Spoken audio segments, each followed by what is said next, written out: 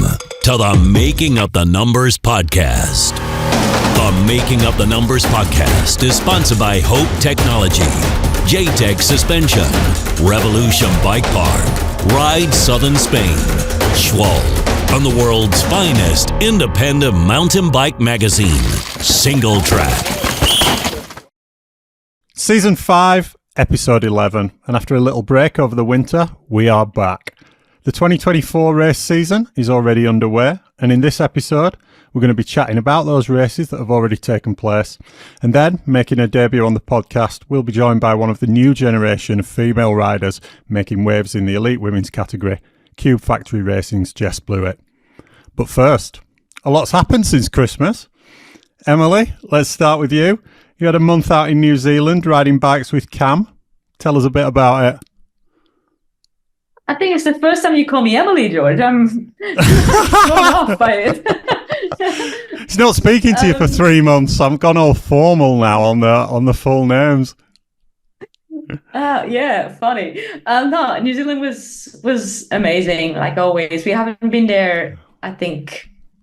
Oh, no, we've been last year, but yeah, it was amazing to see everyone that's obviously local, and then joining the team there. Bernard was there, Jenna, and all the others. Benoit Coulange was there, so we had a little crew, and yeah, it was good for Cam to get back on a downhill bike on a daily basis. It was not easy because obviously Queenstown is not the smoothest place on earth, especially this year.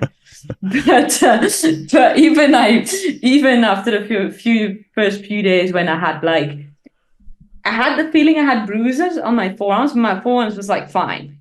Right. You know when you have bruises in ride and it feels like your bruises are shaking about? I had that feeling at my first day on the downhill bike. I was like, oh great. But I got into it, Cam got into it, and I think she's in a way better place now than she was when we first got there, so it's cool. So when you started riding out in New Zealand, who was fastest, you or Cam? I don't know if I want to answer that question. No, but like I'm still quite fast. Like yeah, no, I was thinking you might be. I thought she might be like, Emmy, wait for me. Oh, she would be like, go ahead, just leave, because.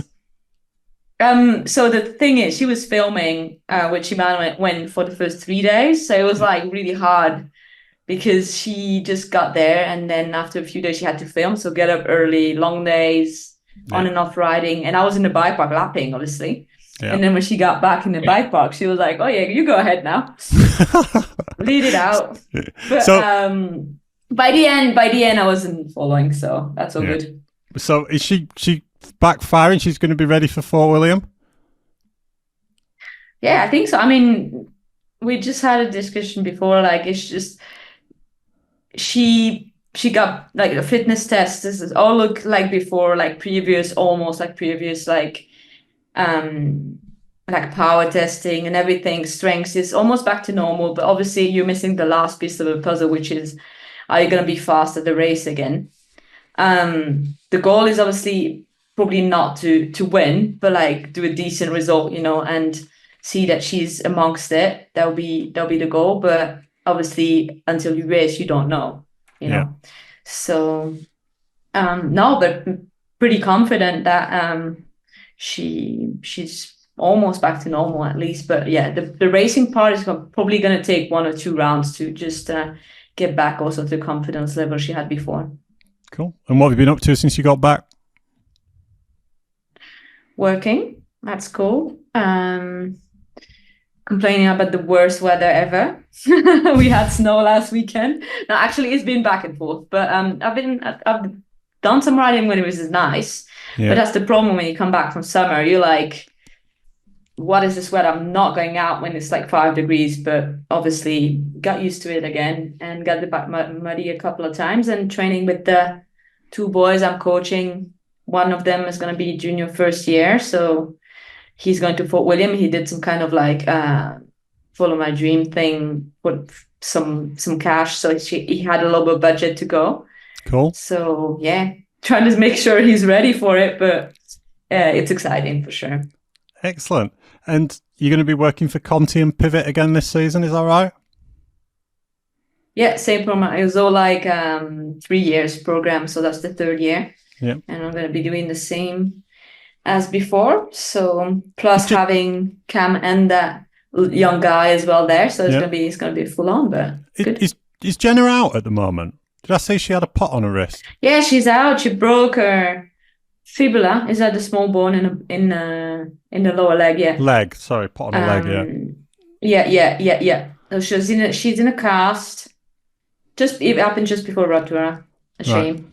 Right. Okay. She's in a cast, and she might try to ride in Fort William because obviously it's not a tibia, it's a smaller bone, so it goes quicker. But she might not be able to race if it doesn't feel good. So we'll see. But she'll be there for the second round, I think. Cool. No big changes at Pivot this season. They're staying the same for 2024. Yeah. Jacob seems like he's on a roll, so that's good to see. If Bernard is a little bit, we're going to talk about it later, but well, let's talk about. Probably feels a bit rough right now. Yeah. Let's talk about his crash. Crankworks. Firstly, is he okay? Yeah, actually, he was really lucky because I talked to him on the phone, and he was like, "Yeah, after the crash, he had really bad pain in his stomach." Right. So, and he had a laceration on his, on his stomach. So he thought maybe he got internal bleeding or something because it was really hurting. So obviously that was the first thought, oh my God, it's going to be one of those, Yeah. But, and his hand was completely purple, he said, from smashing onto the wheel. He had spoke cuts on his hand. And obviously the head, he was headaches and really bad. But he got checked out. They did a complete CT scan of his body, and nothing's broken. It just has a concussion. So we'll see how it goes. But hopefully he can keep quiet. But that helped his Jenna is also injured, so they can keep quiet together. When I saw him doing the Instagrams, saying, "Hi guys, I'm fine. Just to let you all know I'm fine." I thought it was something off The Simpsons, when and then they cut at the end of the video and he's actually propped up on a bodyboard and they wheel him in a way, that kind of thing. So definitely really sore, he said, and struggled to sleep because of everything. Yeah. So the bike, it snapped in two. Have Pivot figured it out yet? It actually didn't snap. It just fell apart. Fell out. It's just, I think, nothing on the carbon's broken. It's all intact. Was it the bonding? Was it the glue? Yeah, I guess. Yeah. They figured it out. I don't know the details, but they sent out all the other frames that were with that batch. There's not many. There's I think only 4 or 5. Yeah. And it was literally crazy. My buddy that rides with me at home had the same kind of issue on the accident frame. Right. The glue came out. It didn't really break, but it came out. And so I remember they came out to get the frame because they were like, what the fuck happened?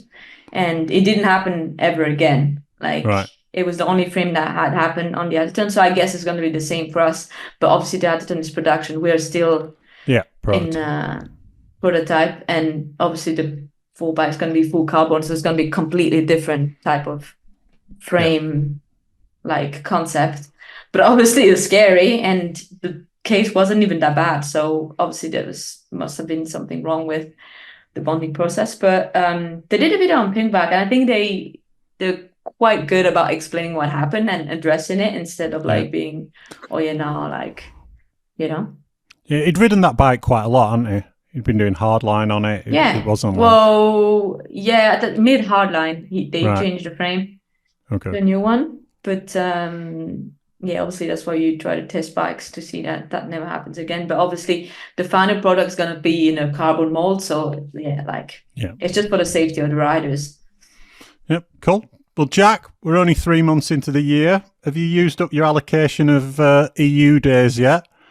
Not quite, George. Keeping a close eye on it on the right side of the line. How long were you out in Portugal for? We've done a week in January, a week in February, 2 weeks in March. So it was back-to-back 2 weeks this time. Long 2 weeks. Yeah. Tell us a bit about these team camps you've been running. So they're not team camps. They're Gravity School camps. So I kind of piggyback team camps with those. But yeah, basically we run week-long camps for riders who want to come out and work on their skills. First part of the week, we're at our new bike park that we put quite a bit of investment into in January. So we've got a kind of complete track with kind of every kind of feature you could want. And then with alternate bottom sections now off the back of the new bottom section me and Ruben built. So we're there for 4 days, 3 days riding, and then we move on to a race venue, and the people with us spend the entire week with us. They want for nothing. Fed, watered, track walk, pits, mechanical support, literally everything. And yeah, then we go to the race and we race. And this time we've had back-to-back. So yeah, it was a tiring couple of weeks. But You look knackered, mate. Big success. Yeah, I'm fucked. I mean, finished my race run on Sunday, packed up the pits, coordinated what was coming back, because obviously I took my T6 out for this one because it was back-to-back and we had more people and whatever. So we drove out and drove back. So we did 3,500 miles in 2 weeks. And after my race run, we packed the pits and I had to figure out what was coming home, because we've got races here over the next few months before the camper comes back at the end of May. So that was a bit of a brain fart trying to figure that out. And then we dropped clients off at the airport. We dropped staff off back at our base. And then me, my dad and Ruben jumped in the van and did 24 hours straight home. So managed to get home on Monday night at 7:30 just to see the boy and put him to bed. It's 16 days away from him. That was tough. So, but yeah, we just made it. So not as tough as it was for Sarah. What, me coming home? No, the 16 days away. No, definitely me coming home is the hardest part for her, I reckon. Well, we have to start with the Portuguese Cup at Saya. For anyone who isn't aware, I'm going to read the results. Ethan Crack took the win, Loic Bruni second, Loris Vergier third, and then in fourth, our very own Jack Redding.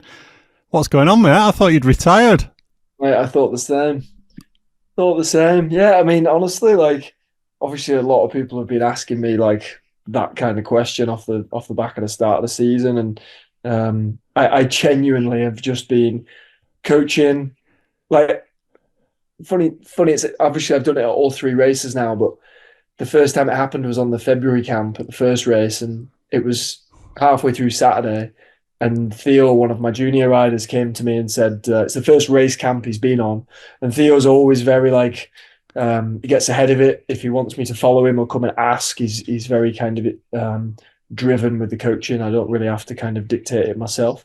So he came to me and said, will I follow him? And my brain kind of went, of course I fucking might race, like in my... but then I had to like check myself and be like, nah, mate, like this ain't about you anymore. You've stopped. So I had to obviously stop kind of with my day. And this was the last run actually on the Saturday. And I spent the last run following Theo with the GoPro. We did the GoPro analysis that I do, identified a few points on track where we needed to modify lines, found some intensity points where he was over braking, yada, yada. We went through the process of what we did, evaluated it in the evening. And for me, I just kind of, that was just it. It was almost like I used it as a bit of a track walk, but it didn't matter. That was the point. It didn't matter. Whereas for Theo, we found 20 seconds off the back of us doing that run. So he ended up third in junior and got his first podium. So it was awesome. But I'm using that as kind of an illustration of what I'm now doing at the races. Like, my role is to run the pits, run the team, and coach my riders. And that's what I did at that first one. And then I did my race run, which, because the race got cancelled because of weather, it was actually our first run. We all got told at the top before qualifying it was our race run, so everybody knew. And I won by like 2 seconds from Pau and 5 seconds from one of the Portuguese riders who was really fast. And I was like, nah, must be a fluke. It must just be the weather. Like, I kind of went away from it, not reading into it at all. And then we got to Saya, and same thing, like, it was Theo again, like follow cam with him. I think I did 2 follow cams on the Saturday because I followed Sam Hatfield as well. So I was just kind of busy around, like didn't really get a lot of time to ride on my own. I was feeling good on the bike, but wasn't really thinking about it. And I was kind of a little bit nervous because I was like, shit, there's loads of people here and I am going to race and I've not really been focused on myself and I'm going to get fucking smokes, basically. Like, I was like, a top 20 is going to be a job here. I wasn't even in top 20 practice, George. Like, top 20 practice off elite UCI ranking. I wasn't even in it.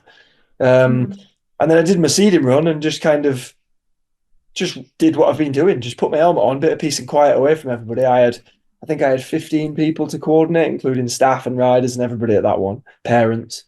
And honestly, when I'm putting my helmet on at the moment for a timed run, it's quite nice because I'm just alone. I rolled down and I was fifth, and I was like, shit, like, that's quite cool. And I'd struggled on the track the year before. But then I just kind of was like, well, years ago, I would have shit myself in that scenario, proper imposter syndrome. I would have been like, I'm up there with Finn and Bruni and everybody else. What has happened? And I would have gone out and tried to ride out on myself and crashed. But I was just like, well, I did it in seeding, so I'll just go try to do it again. And it was mint. There was a bit of a hold with about 8 of us left, and I was sat in between Bruni and Finn.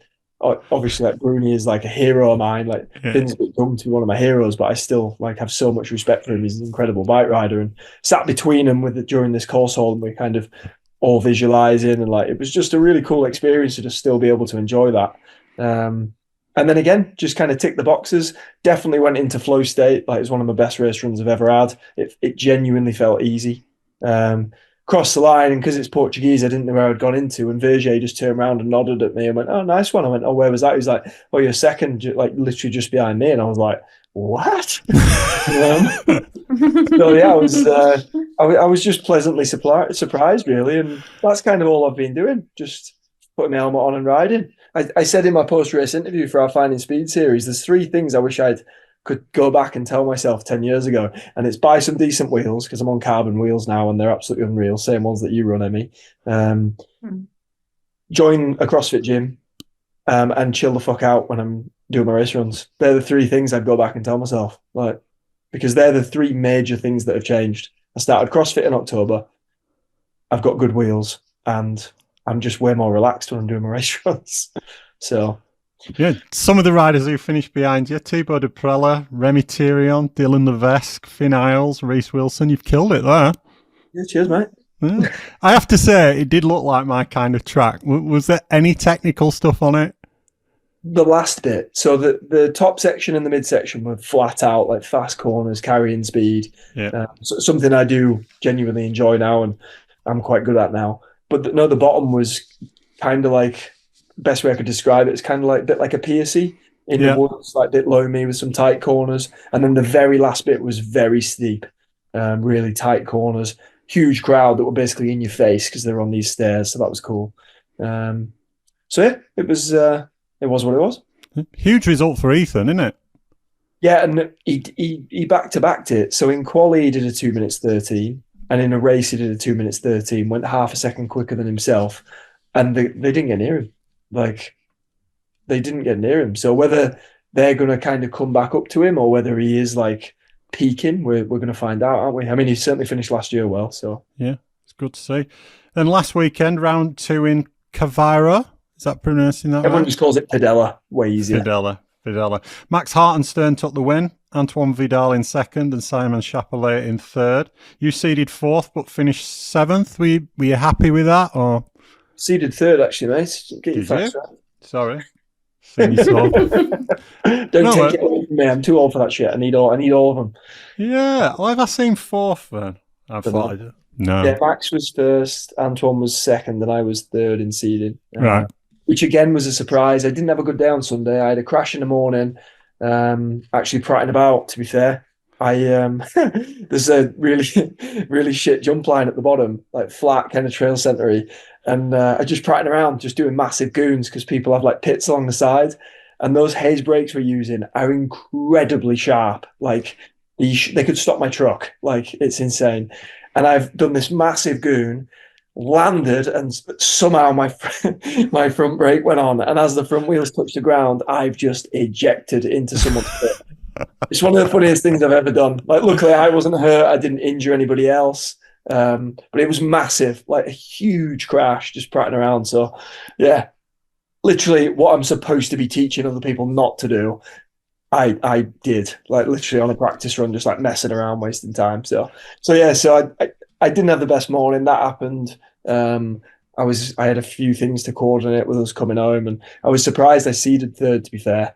And then at the top, I had to remind myself I got a bit worked up going into the final off the back of the result in Sayre and the seeding third. And just before I dropped in, I just reminded myself, I was like, mate, you've got a 24-hour drive to do in a minute. You've got clients to the airport. You've got 50 things. And the track is, me and Max were talking about it, the track is quite dangerous at Padella. There's a lot of like really weird sections with massive boulders that aren't padded and trees that aren't padded. It's Portugal, right? Like they take the track with metal road stakes. Like, yeah.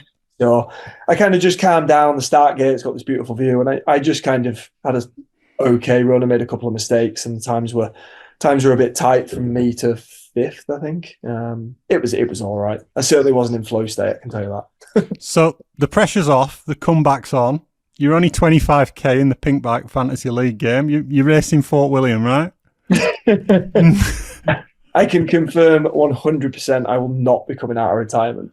What I will say is if there are races that I want to do, I will do them. Whether it's a World Cup or whether it's Farmer John's, like if there's something I want to do, I'll do it. If there's something I don't want to do, I won't. Somebody asked me a similar question recently, and I said I can fucking promise you I will never race Leo Gang ever again. Are you racing Fort William? I still haven't decided. There's multiple reasons for me to be on track. One is it wasn't in the calendar last year, and obviously last year was kind of my sign-off year, and I didn't get to race the home race. And I do, obviously, off the back of the Portugal stuff, have the points. The bigger reason is our Portuguese rider, Nuno, will be doing that race. He's not had the strongest start to the season. He actually had a huge crash on Sunday in his qualifying at Padella and ended up not doing his race run. So I am kind of feeling like if I'm on track with him, I'll be able to help him. If I do that and whether I end up deciding to race myself, I don't know. But I know I'm quick up there, and if I can help him, then that might be worth it. The other factor is we're not a registered UCI team. And if I go up there with my guys, who am I at the event? I'm literally nobody. So if there's something we need, or if we can't park, or if there's ESO logistics that are like they were last year, if I'm a registered rider, at least I'm in some kind of position where I can actually try and do something. So I don't know. I'm still weighing it up. The irony, how many seasons have you spent chasing points at this point in the year? And then you retire and you've got them now. Yeah, I got loads. To be fair, I have never been a points chaser. It's only happened to me once, and that was last year. But yeah, you're right. It's like the irony of like going to Sayre and just getting a shitload. It was like, oh, brilliant. So tell us a bit about the Raw Yalla and how you're getting on with it. Good, I presume. Yeah, really good. I got one in November time. Spent the winter on it. They come at the moment standard 29, but we've got a mullet link for them. I do prefer it as a mullet, especially on steep stuff. And very easy to ride. They're very well made. They're really strong. Super easy to work on, which for me is ideal, especially when I've got a 10-rider team. Like everything on the bike is just so accessible and easy to get to and work with. So the company are great, really nice people, really straightforward. It's been easy. So yeah, I'm really thankful that we've got that new relationship. And it's one that we're not planning on being a 1-year thing. We're planning on it growing and developing, and they want to keep supporting what we're doing with the development of the riders. So yeah, I'm really pleased to be on the bike, and as you've just said, like it's clearly fast.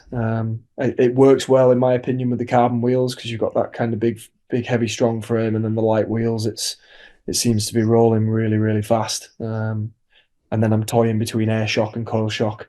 Caramula are on the air, Sayre are on the coil, and Padella are on the air, just for varying reasons. But yeah, overall, very happy with the bike. All the riders are happy. And what's interesting from a coaching point of view is certainly 2 of the riders I've put on the bike, Theo and Seb, never looked particularly good on their old bikes. One was on a Saracen and one was on a Specialized. Body positionally, there were lots of things that we were working on and things that we needed to tighten up. And certainly Seb, literally put him on the bike, and from run 2, I was like, is that the same rider? And he got on it a day before Sayre and then raced Sayre and was 3rd in youth with a time that was like pretty decent in elite, and he's 15. Wow. So everybody I put on the bike seems to look good on it straight away. So yeah, we're really happy. So also at those races, in the women's, Marine Cabarrou took the win at round 1 with Lisa Baumann in second and Phoebe Gale in third. And at round 2, Lisa Baumann took the win with Michaela Parton just 0.2 back in second and Lisa Bula doing third. Great start for those riders. Just how important are these early season races, Amy? I don't know. Like, I never liked them personally. And I always thought, like, I don't know, whatever happens before the World Cup, it's just a different story. And I felt like sometimes you were like, oh, these riders did good, like on this I don't know, these races, and they will do good on World Cups, but it's not necessarily the case. So obviously it's good to get into that pressure mode before going. Cam is going to do one as well. Right.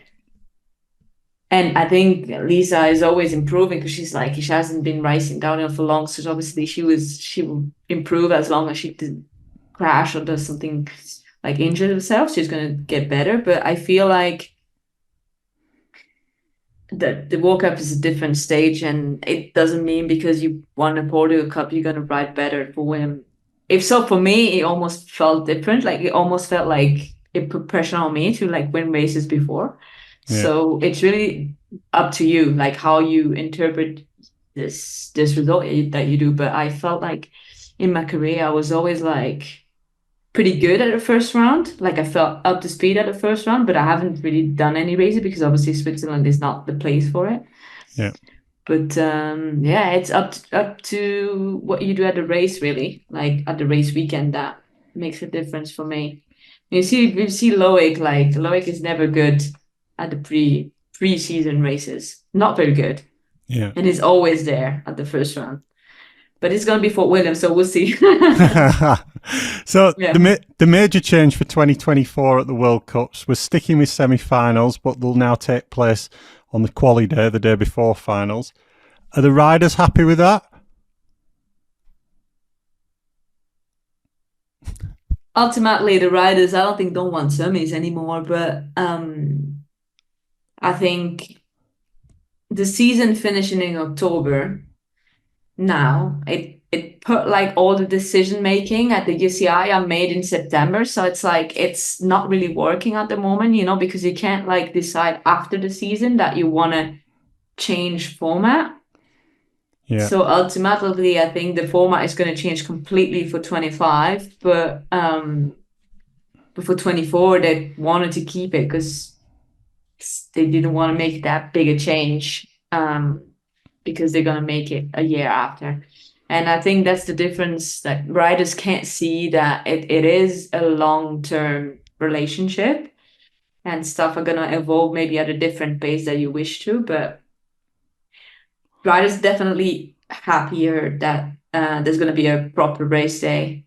Yeah. With one run only. So that's the positive, and a few other positives. But definitely the semis, majority people want it gone, but obviously they want a bit more riding than now. So that's like a compromise you have to do. So it's not that easy to decide. From a riders' union perspective, is there anything you're aware of that we might not be that you can share? Is there any other changes? What I just said, there's just been incremented like a safety checklist for the organizers. So they're going to be like more points that you have to take into account when you organize a World Cup, more precise concerning B zones, concerning stats that were a problem last year. And I think they're still working on a couple of details, but that's going to be something that's pretty positive. And we also heard about a riders meeting after track walk. I think one rider per UCI elite team is gonna be taking part of a riders meeting, safety meeting. I'm not sure how that's going to work, but it's definitely also something that might be useful for everyone to share their perspective on track safety. Yeah. So I've got something else actually. Go on. So I contacted ESO because, like I said, we're not a registered UCI team. So I contacted them to ask how I go about booking pit space. They've tightened up. We've obviously always pitted with SR Sunto for the last 4 years, but they tightened that up last year by reducing the amount of pit space people could book. So Sunto had a slightly smaller space last year, but we still managed to make it work, and we managed to squeeze in there with the van and the tents we needed. Whereas now they're not allowing additional vehicles in there, so we can pit there in the tent, but we can't park there. So obviously I need somewhere to put the vehicle and needed to know what was going on. So I contacted ASO and asked how privateer teams could book for that. And they basically just came back to me and said they're now not allowing any privateer bookings at all. So unless you're a registered UCI team, they will not allow you to book to pit as a rider. So my response to them was, well, for all of the riders that meet the points criteria that the UCI set 40 points or more and are allowed to enter, are you going to provide a car park for these riders? And they came back to me after a few days. They obviously thought, shit, I don't answer that. Days later, they came back and said, yes, there will be a car park for all riders. Now, I don't believe that in the slightest. And if it does happen at Fort William, for example, where's that going to be? It ain't going to be near the race, is it? Because there's the front, there's the main pits, and then there's nothing else. So it's going to be very interesting to see what happens with that. But they're basically an even bigger finger to privateer riders now. They're basically making it even harder. Yeah, I bet it's down. I bet at Fort William it's on the, you know, the one where you had to get a bus, where I parked, I think, where... On the log, like on the road in? Yeah, off to the left-hand side. I bet it's in there. Yeah. Which is shit, but yeah. And they also didn't, I don't think... I didn't make them specify whether that would be free or not. So they may even give you a car park 2 miles away and make you pay. Don't go giving them ideas, Jack. Not as if your entry's not enough. Around 40 quid per rider to compete. A lot of money. Mad. So in the fallout from the chain reaction Wiggle administration and subsequent sale, Continental Nuke Proof lost their sponsor, and it left everyone wondering who Johnny Hart would be riding for this season. They've picked up GT as a frame sponsor and become Continental GT, and he seems to be quite happy with it. Ethan got that bike on the podium last season, so Danny could do that again, you think? Well, we all know how capable Danny is, so let's see how it goes. It was an interesting one, wasn't it? Seeing where he was going to end up. It just shows the state of the sport that someone like Danny is struggling to get a ride. Yeah, wasn't it rumoured that it was going to be Continental GT? Yeah. Pretty early in the process, and then GT said they couldn't provide the frames or something like that. That's what I got told, yeah. Yeah. She flicked around. Same, yeah. Aaron Gwynn went completely under the radar and signed for Crestline without testing the bike. But there's a great Vital Inside Line podcast with Aaron, and he seems incredibly positive about it all.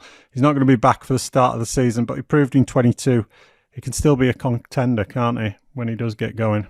Why is he not going to be back for the start of the season? Have I missed something? Yeah, the elbow's still not. He's only just started riding. Holy shit. Yeah. I think that podcast came out at the start of March, around like the 8th of March, and he was getting on the bike the week after. Right. So... I don't know. He isn't going to be back for Fort William, I wouldn't say. I think he was saying World Champs was his that was the one he was going to try and do some races before, I think maybe, but the World Champs. Sign off with the World Champs when at Andorra. He went well on that track 2 years ago. Yeah, it is his kind of track, isn't it? So the next thing I want to talk about is Thibaut Deprella, but we have to be very, very careful in what we say. And I'm probably going to have to run this section by the publishers of Singletrack and possibly even take some legal advice on what we can and can't publish. So if there's some weird cuts in this next section, please accept my apologies. But I don't want to lose my house. So cut by Commensal Mukoff at the end of 2023, which did set some alarm bells ringing because it was my understanding that he was signed through for 2024. He signs for Canyon, and 3 months later they mutually agree to go their own separate ways. It's a huge story, but no one can publish it because it's incredibly difficult to report on, and his legal team shut it down every time there's a hint of someone mentioning it. I've reached out to several people connected to the story, but they can't comment and have just redirected me to the Canyon and Commensal PR teams. But they can't stop people talking about it, and if I know about it, I think pretty much everyone in the pits will know about it. Emily, I know you've been aware of this since before Christmas, but you couldn't even tell me about it, and as VP of the Riders Union, I don't want to put you in an awkward position, so I'm not going to ask you to comment. Jack? Oh, so you're going to put it on me then? Yeah, it's on you. From looking at the socials, it had seemed that the other Frenchies have perhaps distanced themselves from Thibaut. I don't think he's posted a clip riding or hanging out with another World Cup rider since he left Muc-Off. He's a privateer this season. How was he received in Saya?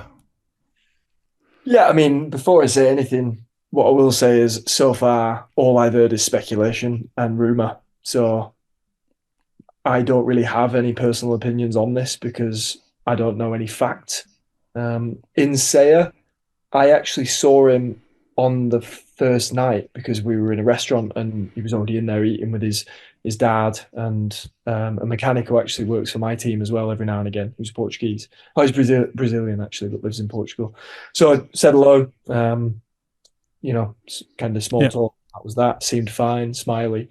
And then I didn't really see him too much over the course of the weekend. But when I did see him, honestly, it was just kind of like normal. He was just another rider like we all always are. And, I was the same as you. I didn't know whether there'd be certain kind of hostility from anyone but I think everybody seemed to be in the same situation that, as I say, I feel like I'm in, where I don't know any facts. I've just heard all these wild rumours.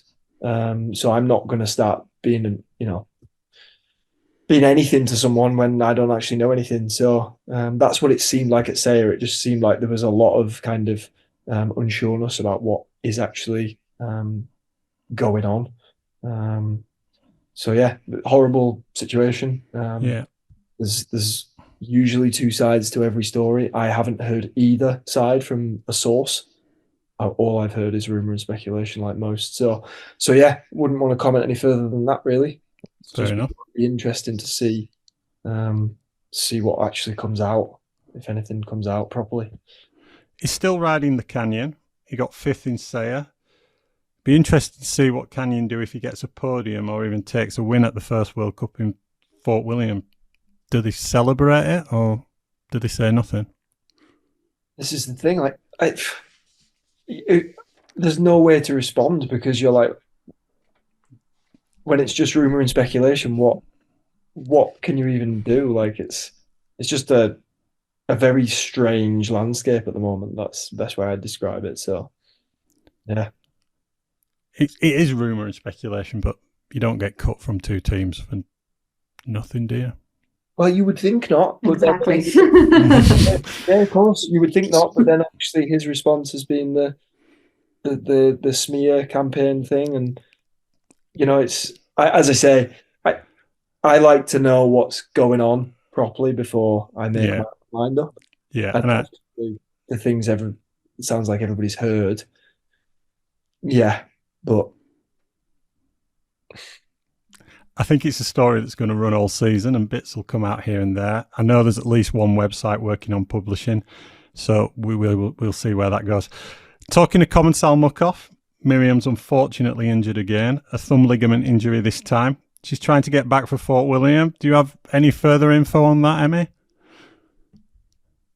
I know she's been riding with low hard cast on it.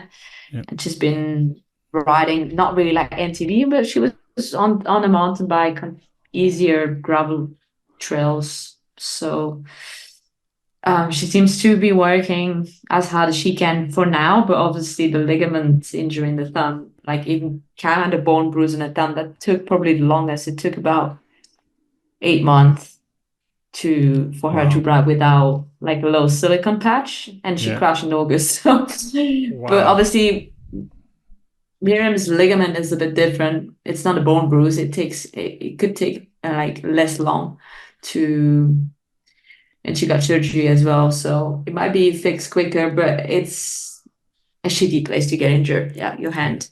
Oh, it must be. So we'll see if she rides or not. Maybe she'll try to ride. Maybe she can't do the final like Jenna. She will try to ride, but maybe it won't be enough time. But she's trying everything she can for sure. She's been through a lot, so she knows her body better than anyone. Yeah, it must be so frustrating for her, you know. Yeah, and she said like smallest scratch ever on the rock garden, just put her hand down, and that was it. Like literally nothing. So yeah, pretty unlucky for her. I hope she's catching a break soon, because that's just not funny, you know, having back to back to back. Like we're gonna hear from Jess as well. Some riders just don't catch a break, hey? Indeed. Unfortunately, there's some other riders who are already out injured. Cade Edwards is out for the season with an ACL reconstruction. Jackson Goldstone out for the foreseeable with a knee reconstruction after that crash at Hardline. Asa Vermette, fractured hip at the Tennessee National. Healing vibes to all those guys and girls.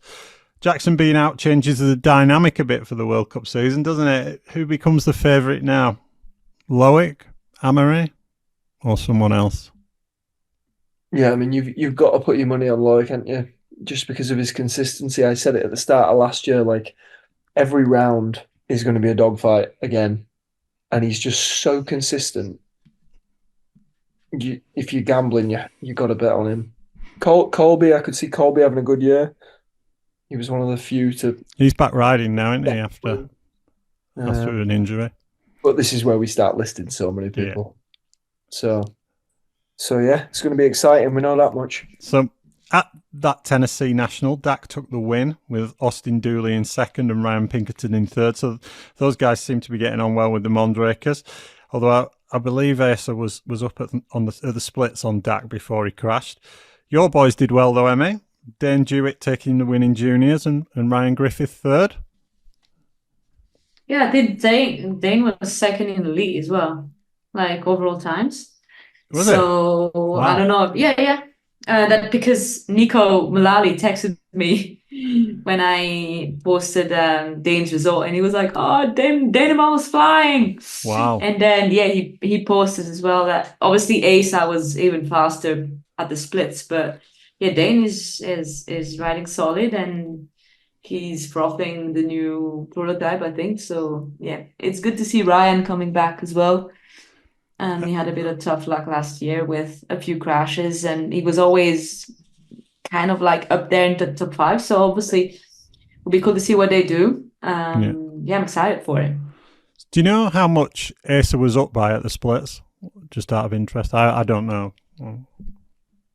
I've looked, but I can't remember. But yeah, it was definitely first. Yeah. But it was like a short split, so it wasn't that much. But yeah, it was definitely half a second, something like that. That's a blow, because the juniors this year is going to be wild, I think. There is so much talent. Yeah, it will be. So much talent. Frida Ronin took the win in Elite Women with Kaylee Skelton second and Valentina Roa Sanchez third. And working backwards, Crankworks Rotorua, Lackey Stevens McNabb took the win with another of your boys, Jacob Dewitt in second and Blenky in third. And we'll talk about the women's race with Jess in part 2. And the first proper race of the year was Hardline Tasmania, which Ronan won with Bernard in second and George Brannigan in third. Amazing result for Ronan. I think that was on the old Mondraker too, not the new one. Did you see that? That guy could ride a fucking armchair faster. Give him 6 Red Bulls and I reckon he'd wheelbarrow down it. He's going to have a good year. I think the big thing everyone except Ronan will remember about that race, though, was Gracie and Louise becoming the first women to complete a hardline race. Huge props to them, and especially to Louise. She had 2 gnarly crashes on a run, but somehow found the strength, courage, whatever you want to call it, to carry on. Do you think we'll see some women competing in the Wales event, Emmy? Yeah, I'm hoping so. I mean, I don't even know when that is. Do you know? No. Is that end of season or? Hopefully it's at the end of the season. Because if it's not, that's going to be, people would do. Like, I think Gracie would, it only depends, like, if they are in the running for the oval, because both of them, like Jess and Gracie, will, if they don't have anything, they're probably going to be, like, in contention for like a top 5 overall or something, or even better maybe. So yeah, it's gonna be interesting to see. But also like see Tani like going to Tasmania before the season. Like I was impressed by all of them. Yeah. The freeride guys joining, and that mix was really cool to see. But depending on the date of the event, we could try to maybe see a full run as well. But I think Wales is a big notch harder. I think all the in between sections is way more intimidating. So it's a step forward, definitely. But I believe they can do it for sure. Cool. Have I missed anything? Have I missed any races? Well, I can think of, No, mate. I don't think so. Oh, I need to give a shout out. Did you guys watch Rotura? No, I haven't watched it yet. I need to watch it back. Yeah, you need to watch it back because it's pretty fun to watch. There's like a few local Kiwis that are sending it so hard. Is that one? It's called Tyler Wade. Right. Is Eliana Hosenbusch's mate, and he's just like probably 8th, but he's a junior. He was 8th in the overall, but like cased the triple as well, like Bernard, and almost went off track. And he was like leading on Richie, so he's now picked up by Yeti Factory Racing. So he's riding for Yeti, and he's Richie's mate. And Richie's face when Tyler was up was like priceless. You can need to go see it. He was like, and obviously he did this big mistake and was behind Richie for half a second. Yeah. But yeah, there's definitely some cool talent coming out in juniors. So yeah, this race is proof for it for sure. Cool. Yeah, there's one thing actually. You've not mentioned our new Finding Speed series that's now off and running. I assume you watched it, George. I haven't had a chance to watch that yet, Jack. I'm going to be honest. I apologise. But yeah, our new series Finding Speeds going where we're kind of doing like a documentary style, kind of like Drive to Survive, following the team and our young riders and the process we're going through with them throughout the year. So episode 1's already out. And link in the description below. There you go. I want to see it. Subscribe. I'll tag it. Yeah. Yeah, Finding Speed. It's all over my shit. So get and watch it. It's good. It's not just bikes. It's like the story as well. So cool.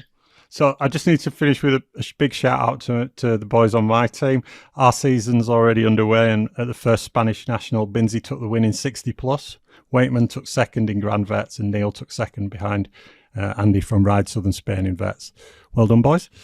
Right. The World Cup season is just a few weeks away, and Emmy and I will be back with Jess Blewitt after these messages. I am now delighted to say that we're joined by one of the female riders who's really made an impact over the last few years, Jess Blewitt. Welcome to the show, Jess. How are you doing? I'm good, thank you. Yeah, thanks for having me on the show. Pleasure. Whereabouts in the world are you right now? Just at home in Queenstown, just where everyone's been for the last couple of weeks. So feels like we're in Europe pretty much. And are those the mountains there behind you? Is that? Some of them, yeah. Actually covered in snow at the moment. So yeah, a little bit of a dusting. So it's definitely time to leave. So according to Roots and Rain, you only started racing in 2018 and you only did one race. You were third at a really small race in Queenstown. How long were you riding before you started racing? I actually started. Oh, I can't. Did it say what like time of year that race was? Because I honestly can't quite remember if it was the end or the beginning. But it was like the beginning of 2018. I started riding a downhill bike. Wow. So not very long. Not a long time at all. Let me go and have a look. Jess Blewitt. 48 events. You've done a lot less events than me. I didn't. It was the Emmy. 2018 Vertigo Bikes round 3 on the 21st of April 2018. So you just started riding. Just started riding in like the beginning of January, and then literally just picked up a downhill bike and a rental. And yeah. So you did that race on a rental? No, I brought a mate's bike by that time, but yeah. Use the old rentals to start with. So yeah. And what made you get into it? What made it of interest to you? Well, I mean, all my mates at school, like when I was growing up, were all riding downhill. Like the Right. school was literally at the bottom of the Gondi. So you just bring your bike to school and then just ride and go lap all afternoon. So yeah, one of the girls was like, "Oh, you should come try this." And then at that point, I'd like almost completely stopped ski racing. So that's what I did before riding. Yeah, gave it a go, and then that was it. It was just like, away we go. So I did wonder how you got so fast so quick, but if you were ski racing, that kind of makes sense. You've had some kind of background in going fast. Mhm. And, yeah, not afraid of going fast. And who was the hero when you first got started? Who was the hero? I definitely looked up to Rach. Obviously, like she was just winning everything. And then another person was like, wow, I did actually kind of in the beginning, like I did a few laps with like Tracy. Yeah. This was like real early on. It was like just before COVID. And then we were just like doing some laps at Coronet and then having like a chat to her. And then that was the year that I was hoping to go over and like obviously race my last year of junior. And then I never got to do that. And so I got a few tips from Tracy, and it was kind of Cool. So 2019, you were a first year junior and you came out firing. You won the first 3 New Zealand nationals, second at national champs, but your time was 20 seconds slower than Jenna Hastings, who was in the category below. Can you remember what happened there? Yeah, that one I think I'd put down like a really good seating time if I remember, and I was like 15 seconds up. And then my race run, I literally crashed like 100 couple meters from the like finish line, and then lost by like 0.0 something. And I guess at that time, like I didn't have a clue about like World Cup racing or anything. Like didn't think about like, oh, could go race like World Cups or do something. And I guess I didn't obviously win that one. So they took the person that won to Worlds. Right. And then after that, I was like, oh, like maybe that's what I want to do. Yeah. Yeah. That's cool. So 2020, you started the season really strongly again. You won Oceania Continental Champs by 25 seconds and National Champs by a similar margin on the same weekend. Is that right? Yeah, Dunedin. Yeah. And so, tell us a bit about that weekend. Was it 2 races on the same track, or? Yeah, if I remember correctly, it was pretty much the same track, and then they changed like one little tiny section on it. And I'm pretty sure that was the wet race as well. Like Dunedin in the wet is just, you don't want to be racing that one. So, right. But very rocky, like clay track. And then actually that was when I first met Sian as well.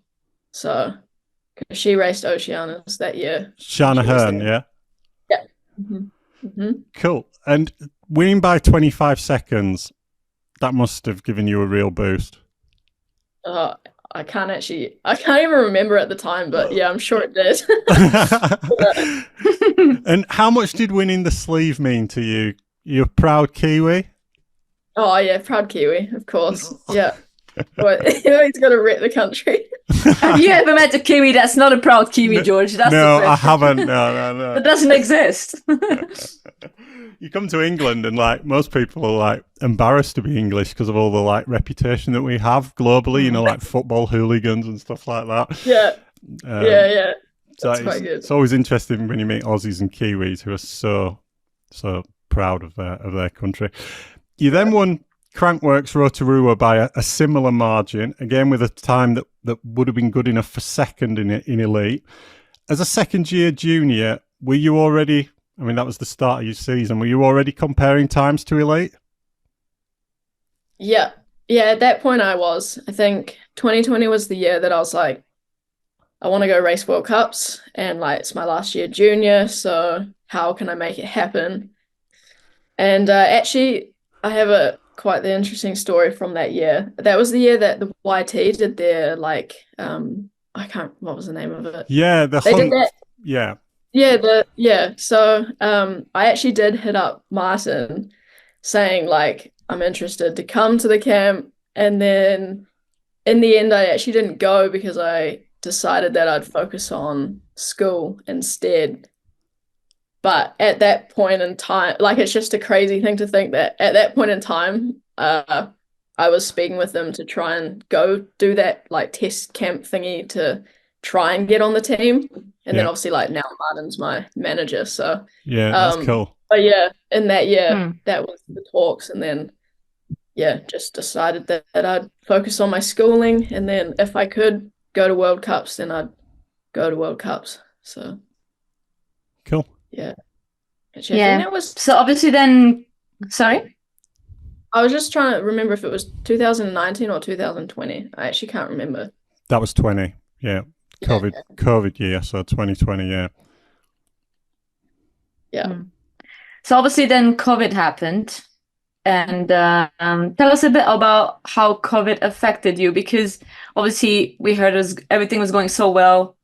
But then you couldn't race between January 2020 actually, until February 21.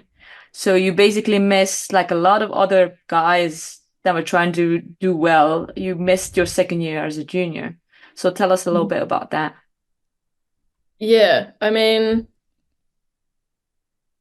it was a hard one, mainly because we just finished Crankworx Rotorua, and then we'd left that, and I'd done pretty well there. That was the year that got second to, I think Tracy won that one. Yeah, she did. Yeah, and I'd had a little hiccup in my race run, and I was definitely going, oh, okay, I might have been like a lot closer to Tracy if I hadn't done that. So I was definitely thinking that I had a good chance in terms of like how my racing was going. And then literally left Crankworx, and it was like, oh, this person's got COVID.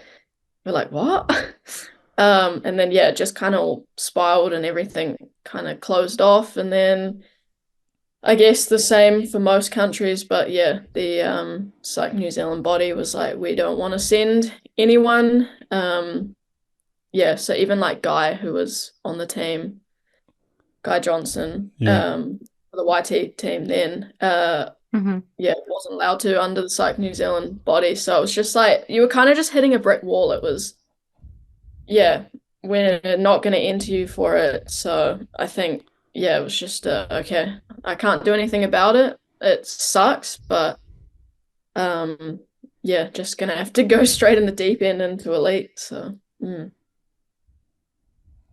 Yeah, I guess that was like hard for a lot of people that were actually doing so well in the first year, and then could really show their strengths. And even the world champion in 2019 doesn't get to wear the jersey at all. That's also kind of harsh. So we're glad we can race all over the world again now. How was the situation back then? Were you still like privateering, or were still riding for Queenstown Mountain Bike Club, or did you dream big, like to go to a big team?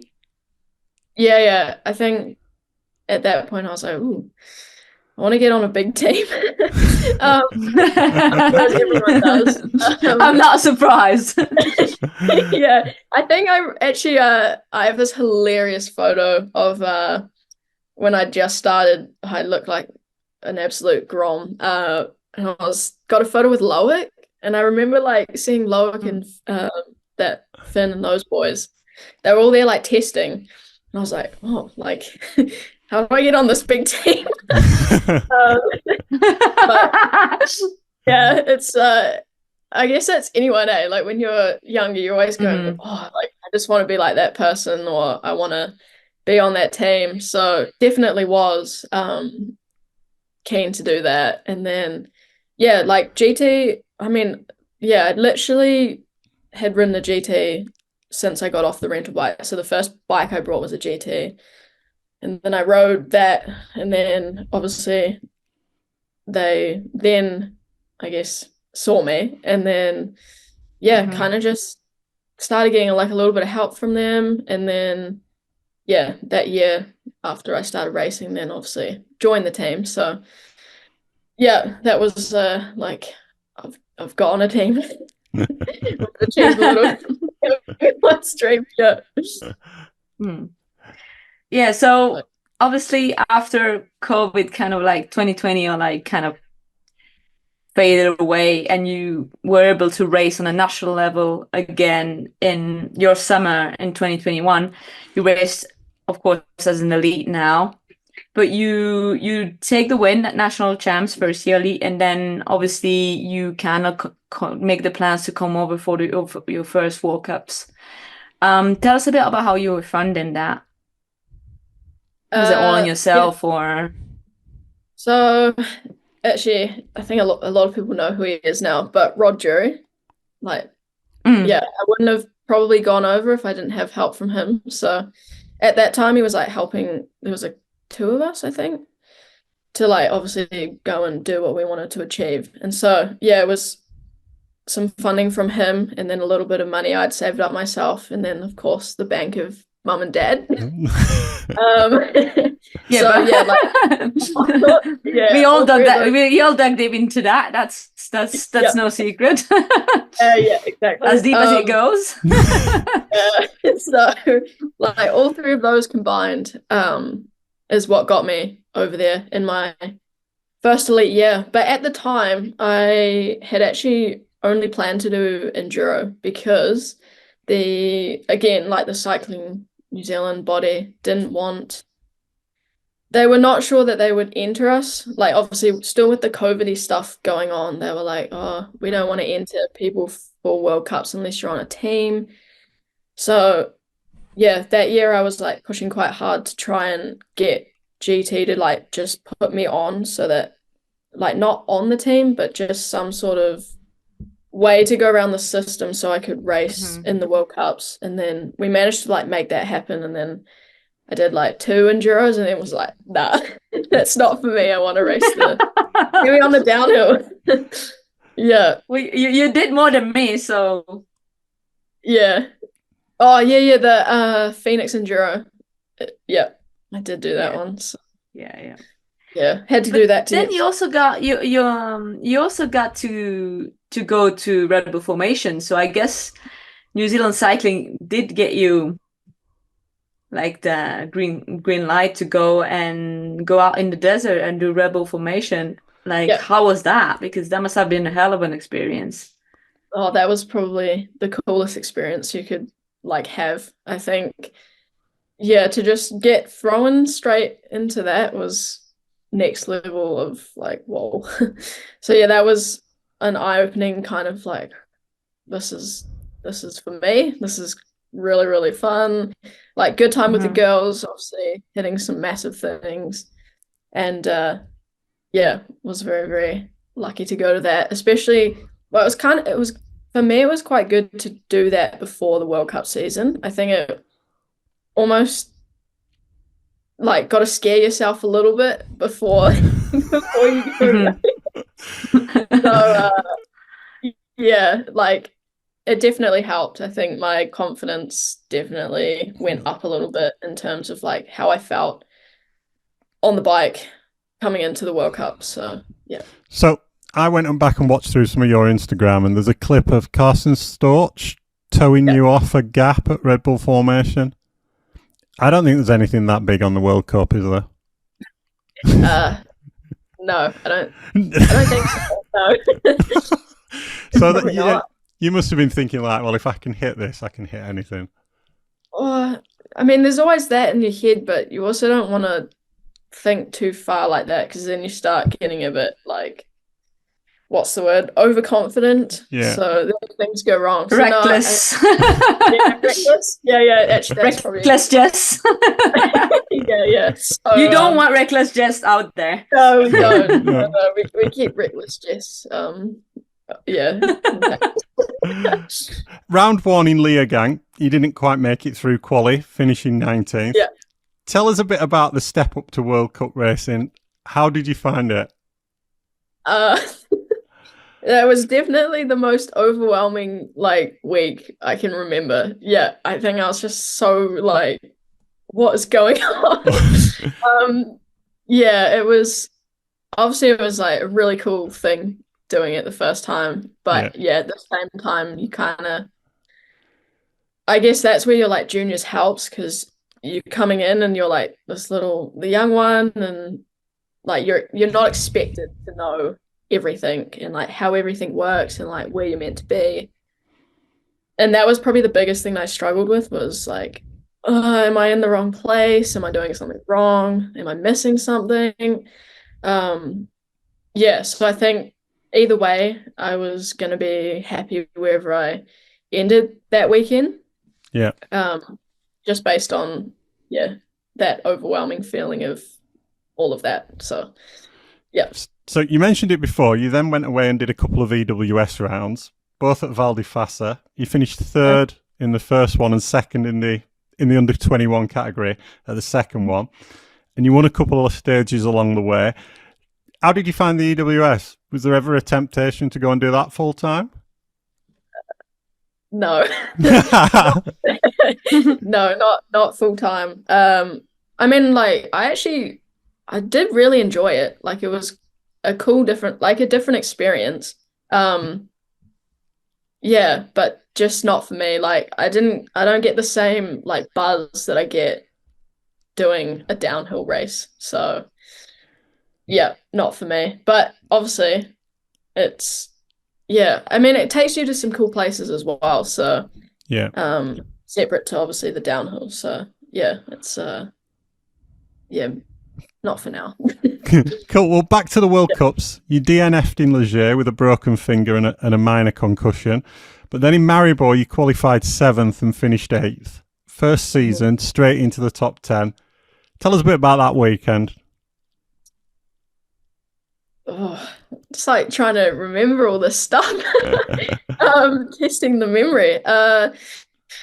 Yeah, I mean, I love that track. That was like one of my favorite tracks racing that year. And then it was dry, dusty, exactly like at home here in New Zealand. So yeah, I definitely felt really, really good going into that one. I think it helped because, well, Leger, even though I obviously broke my finger and did the concussion thing, I actually felt like I was riding really, really well at that race. I think I remember hearing through the rumors of like, well, Jess is riding really good. So it definitely boosted a little bit of like just trust yourself that if you put down a good run, like you could do well. So I think that was kind of the mindset that I went into Maribor with, was like, just do a run, like not 100%, just go 80 and like see what happens. So at least you finish a run, because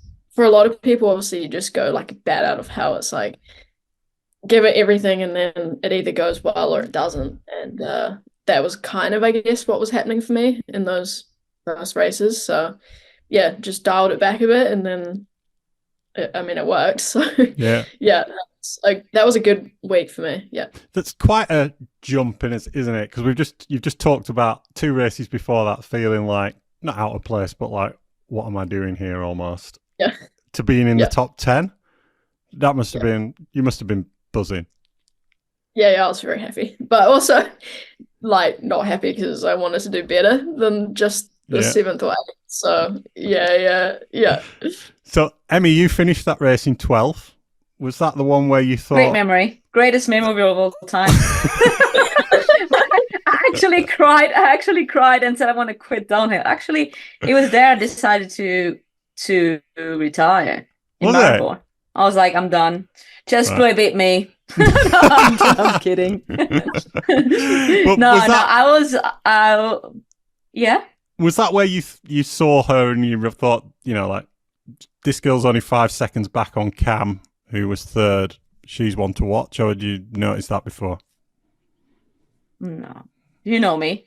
I know all the girls before they are into elite. No, but I knew you were going really well, Jess. But obviously, like you said, the track suits certain people, and it's like a pretty fast, scary track. You need to be like on your game, and also like the dry conditions. And I just never really did well there. So I was like, well, 12, that's a blow. Then it was cool. It was cool to see like some other people race there, like Noga Koram raced there, and she crashed and she came without a peak, but she tried and almost beat me as well. And I was like, wow, this is going like a lot of new people are coming in, and like you said, just you're trying your 80%, and it was still like in the top 10, and I was trying my 80% and then was out of the top 10. So you're like, well, am I really gonna have to ride Maribon my 100%? What is it gonna take? So yeah, this is you slowly come to a decision that maybe it's time to do something else. But yeah, it was cool to see young people come in. Like, it's definitely, I'm always buzzing when I see people coming in and riding well. Cool. So you just talked there about a fast, dangerous track. Eighth again a few weeks later at World Champs in Val di Sole. You must have been happy to back it up straight away. Yeah. Was definitely happy with another in the top 10. And was that your first trip down Val di Sole? Yep. Mm-hmm. And how did you find that? Because that's, I've been once and I'll never forget racing there. It is notoriously difficult. I love that track. Yeah, I'm probably crazy for saying that because, everyone always talks about how gnarly it is and no one wants to ride it because it's sort of sketchy and blah, blah, blah. But I don't know, I just really like that one. Yeah. Cool. Well, then you had a DNS in Lenzerheide after qualifying 12th, 13th in the first snowshoe race, DNF in the second snowshoe race after qualifying 9th, which left you with a broken femur, broken collarbone, fractures to your L1 and L3 and your wrist. That's a big one. Did that crash knock you back at all? Did it put you off? Because that's your first big injury, right? Yeah, first big injury. Nah, I don't think it changed anything. I think if anything, like when I look back at it now, it almost shaped me into like a better person, and I definitely learned a lot from it. So to me, it's not a negative that happened. It's almost like How do you mean? I look at it as a positive. So how do you mean it shaped you into a better person? I think just like everything, like in terms of, well, actually, the long story is like all these like food things happen after that. Not by choice, but just by the trauma, obviously, from that race. And then, yeah, I think just like something ticked, and it was like the determination, like, it's like, how do you explain it all? But yeah, just almost need to like rewind and go back to the start how I was saying that one. But it's just like everything, like all my training and like how I go forward after like a minor setback or like a little injury or something doesn't go quite to plan. It's like you look at that and go, oh, this is like nothing. So like just don't let it like get to you, sort of thing. Yeah, and I think I do think that like that first injury is kind of important. Like I remember when the first big injury I had, I crashed at Glencoe and I tore my liver and I was in hospital for 9 days or something like that. And I remember my wife coming to see me and she sat on the hospital bed and she went, right, well, that's the end of that then. We'll be selling that bike. And I was like, selling the bike? I'm just getting started. Right? And she was like, what? And I was like, I'm just getting started. I'm going to come back from this. I'll be racing again soon.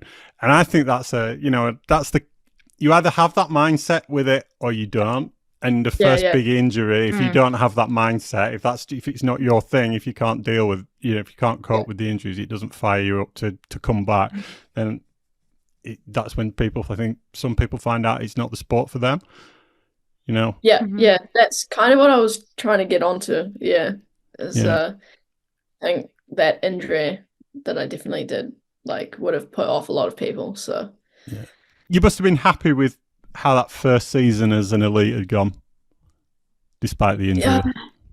Yeah, I mean, it definitely had some good and some bad. So yeah, obviously, I had that injury and it left me going, well, I want more. I want better than that. So yeah. So I think you're always struck me as someone that's very hard on yourself. And I think you got a little bit better now, in a sense of better, like you're not hard on yourself for nothing. I know you have high expectation of yourself, but sometimes it kind of brings you in that really pressuring mindset. And I feel like that was also maybe not the reason why you crashed, but you were doing that triple where you had your accident, and not a lot of people were doing that. I remember doing it in one race and not on the other because it was a little bit risky.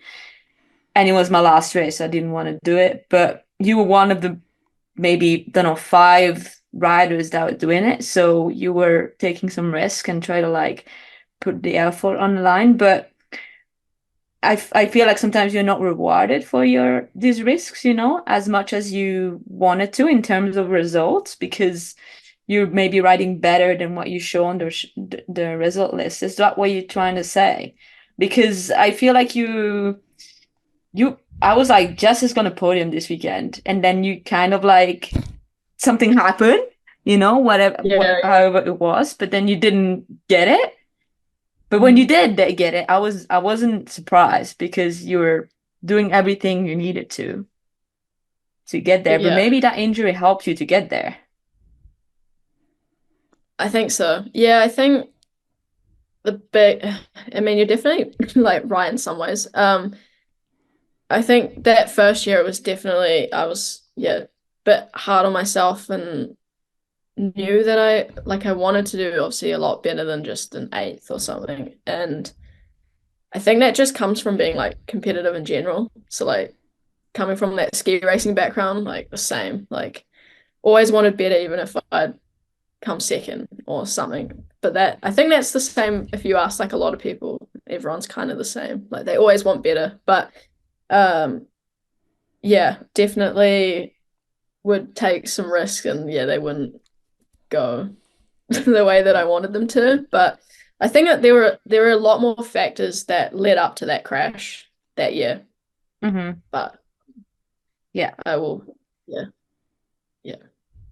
for sure. There's always a story behind this kind of accidents, but it's good that you can turn the page and you got a good deal in 2022. You signed for the GT Factory Racing. You won national champ again, but then you crashed out in Fort William and fractured the other collarbone. But you made it back for Lenzerheide and you finished P9. I mean, that's a little bit of an up and down beginning of the season, but how good was it to be back for Lenzerheide and finish P9? I know there's a little bit more also behind this result, but tell us a little bit about that. Yeah, I was pretty happy. I think, actually, in all honesty, I don't even think I could do 5 press-ups without it being pain-free. It was obviously all healed and everything.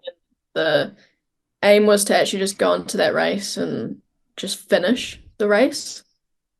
So obviously then I got in the top 10 with that sort of mindset. So it definitely helped, because I think the problem when I went into Fort William, it was I've just had this huge injury, I've just come back, I've done well at national champs in New Zealand, but how am I actually going to go on the World Cup circuit against everyone else? And I think that's where obviously it went completely wrong at Fort William. So just flipped that and then went to Lenzerheide. Again, trying to be don't be so hard on yourself. Just do that 80% run again, finish the race, and then finished the race. So yeah. Goal achieved. So that was a good step. Yeah. And especially after that, so we moved on to Andorra, and obviously dusty track, fast track, scary track. There's your name all over it. It's your first Walker podium with a fourth. I remember being so stoked for you. Tell me I'm wrong. I think you wanted a bit more that weekend. Yeah. Yeah. But still got a podium, so I was happy. I was very happy. But there was also that little bit in me going, well, you definitely wanted more. So yeah. It's yeah. But no, that was I remember seeing you on the podium, and I was like, come on, Jess, like it's career best. And you're like, oh yeah. I'm trying to make you stoked about being fourth. I mean, I've had a few podiums, but every time I'm like, yes. And she was like, oh yeah, I guess that's cool. I do remember that actually. Yeah, but that track again. That's another really good track. But yeah, that's quite funny. I do remember that very well actually. Yeah, definitely. Yeah. So Andorra is your type of track, yeah? Yeah. Well, yeah, except like the funny thing for me is like obviously I love jumps and I love the free ride stuff. So like as soon as I saw that track, it was like, oh, this is like definitely a bit of me. And then I remember like looking back at the splits going, oh, I'm actually like losing a lot of time in the jump like section of the track, because me being like, well, this is what I've been trying to work on obviously since then, is like stop hitting them like you want to hit them as a jump, like boost. Yeah, just straight boosting. Yeah, so I mean it definitely learned some stuff from that. So yeah, but obviously that track is a very, very good track when it's going. So yeah. So for the next round in snowshoe, you had a crash, but then there was like a back-to-back with Mont Saint-Anne where you backed your podium up with a P4 in Mont Saint-Anne. How was it? Was it your first Mont Saint-Anne? Yeah, first Mont Saint-Anne. Wow. How was that? I want to know. That was I remember mine. I don't want to talk about it. I mean, yeah, an experience for sure. Like, I don't think, I wasn't really sure what to expect going there, because definitely a lot of people speak of it in not the greatest way. So, yeah, I think I was just see how it goes, ride the track, and then, yeah, like, I can't remember too much of that weekend, but yeah, I was a bit shocked actually that I did end up on the podium. So yeah, like I've not been to Mont Saint Anne, but you know it's like the same length as Fort William, something like that. So I can just imagine going there for the first time. I didn't realize that was your first time there. Going there for the first time. I mean, it takes ages to learn a track. You know, to go there and get P4, that's on your first visit. That's incredible, really. Yeah, that one I was definitely stoked about. Yeah, but yeah, I guess. Yeah, it was definitely, there was a lot of puzzling for that one. Like I do remember going, oh, like I still don't know where I'm going in this rock garden. Like wow, yeah, but we got there in the end. So yeah, you did do amazing. What's your strategy in that situation where if you don't know where you're going, do you just choose a line and on first day of practice and just stick to it, and say that's it, there's too much for me to learn here, I'm just sticking with this now? Or do you just follow other people, see what they're doing, get the lines that way? I think, well, obviously it depends. So like at that point, I think I'd just gone with the ride whichever line feels the most comfortable. Yeah. And then, because obviously you're still going to have all these other people telling you like, oh, this line's better or someone's on this line, or like your teammates like, oh, I'm on this line. But I think at that point of time, it was like, oh, there's like so much going on. Yeah. And then just, yeah. So it was just ride the line that I've been riding all of practice and just go with it. Ride as fast as possible. And then, yeah, I mean. Main line with confidence. Yeah, exactly. That's the one. Main line with confidence. So, yeah. Headmaster would be proud. Yeah. Yeah. Yeah, so you got another top 10 at Leger Worlds that year. Then you got fourth in Val di Sole, which you mentioned it was one of your favorite tracks. And you got a seventh overall with missing 3 races. That's pretty solid.